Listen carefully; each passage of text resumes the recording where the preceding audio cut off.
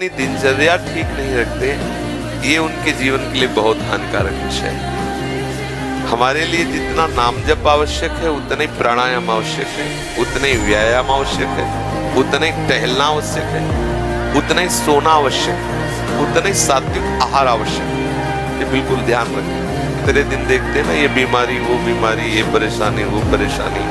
तो सबसे पहली बात है, हम जब कहते हैं तो कोई समझ नहीं रहा, ब्रह्मचर्य की रक्षा की है। ब्रह्मचर्य बहुत बड़ा अमृत तत्व है।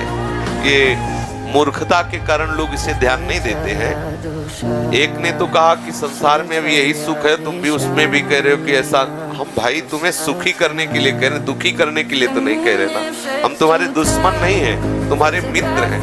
तुम्हारा मन तुम्हें गलत रास्ता दे सकता है, लेकिन हम तुम्हें गलत रास्ता नहीं दे रहे। तुम सदगृहस्थ हो तो संयम से चलो। सदगृहस्थी में भी एक संयम। आप सोचो, आप रात दिन पशुता का व्यवहार करके मलिन मन के द्वारा शांति प्राप्त करना चाहते हो, आनंद की अनुभूति करना चाहते हो, कैसे हो सकता है? आप जब बीमार हो, आज नहीं, आज तुम्हारी यौवन अवस्था तुम्हें समझ में नहीं आ रहा, लेकिन ये तुम्हारी आदत तुमको कल कहां पहुंचा देगी तुम्हें पता नहीं। जब पहुंच जाओगे तब कोई रास्ता नहीं। कितने ऐसे बच्चे हैं जो इस बात में दुखी है कि मैं क्या करूं, आत्महत्या कर लूं, ऐसे आते हैं। कितने प्रश्न ऐसे आते हैं कि क्या मैं आत्महत्या कर लूं? देखो, पहुंचा दिया यहाँ, आपके मन ने वहां पहुंचा दिया जो अंतिम दुर्गति का केंद्र है। यदि आप गृहस्थ हैं तो 5 बजे तक उठ जाए।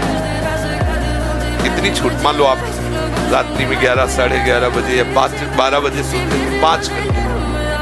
अगर आप दिन में नहीं सोते तो 6 बजे तक उठे। सूर्य उदय हो रहा हो, आप सो रहे हैं, चाहे गृहस्थ हो चाहे विरक्त हो, आप बिल्कुल नष्ट हो जाएंगे। आपकी आयु नष्ट होगी, आपकी बुद्धि भ्रष्ट होगी, आप ब्रह्मचर्य रह नहीं सकते।